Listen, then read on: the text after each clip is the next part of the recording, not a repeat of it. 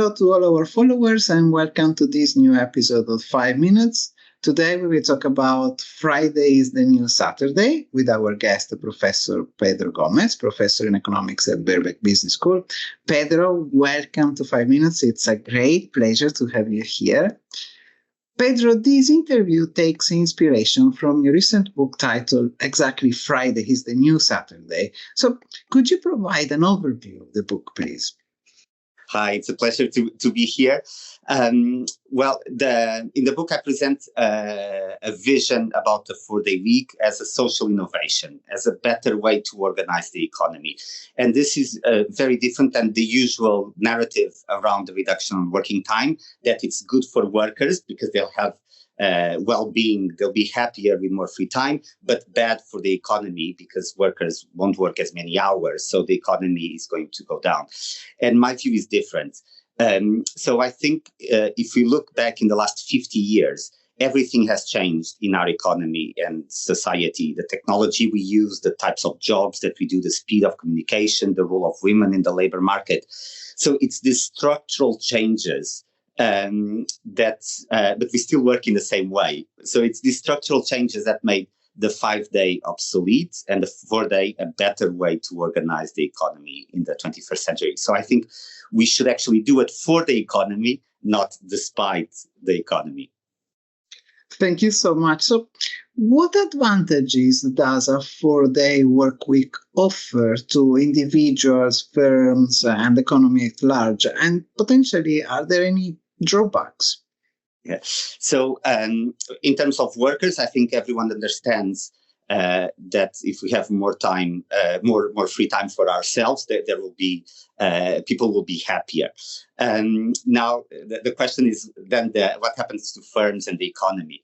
But if you look, most of the examples that we have nowadays are companies doing the 4-day week as a management practice because they see benefits also for themselves. So there's mutual benefits in terms of reduction of burnout, improvement of processes. So firms say it works better for them. And I think there's also benefits for the wider society and the economy. And here we have to think about the leisure time is not just time where we are happy. There's an economic impact of having more free time. This could be in terms of the higher demand for leisure industries, for restaurants, culture. But also there are many companies that start with someone working and starting a company in their free time.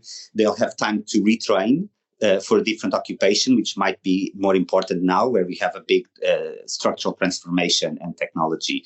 So I think the effects are much wider for the economy. In terms of drawback, I don't think there is a drawback. But I think it's very difficult to change the organization of the economy. No, we are organizing the economy in the last 50 years around the 5-day week. And it's very hard to make that change. And it's costly, because it involves us all to work in a different way. But I think in the end, it will be a better way to organize the economy in the 21st century. That's very interesting. Thank you. And how could a 4-day work week help reduce gender disparities? So this is one of the effects that goes beyond the economy and the firms. There is a strong argument made by feminists because a lot of the imbalances in the inequalities in the labor market arise because of the organization of work. We have many occupations that are high paying, that privilege long working hours. And that tends to penalize women.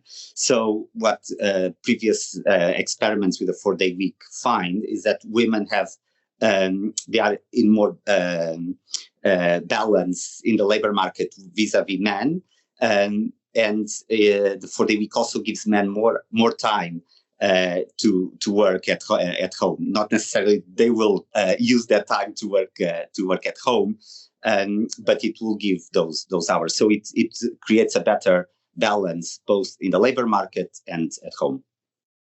Thank you. And the last question, has there been any pilot implementation of this project to date? Yes, so there's been quite a few international pilots of the 4-day week, so organized companies 20, 30, 40 companies participate and coordinate the start of a trial. In Portugal, where I'm from, the government invited me to coordinate their own pilot last year, and we had 41 companies. 21 coordinated the start of a test in June 2023, a 6-month test. In total, 1,000 workers. And it went very well. So most of the companies evaluate positively the trial, and they are going to stick with some variation of a reduction of working time. So it's all around the world in many different sectors. Companies are trying the 4-day week. Oh, thank you so much, Pedro, for this inspiring discussion. So we wish you all the best, and we hope to have you here again at 5 minutes. Thank you very much. It was a pleasure.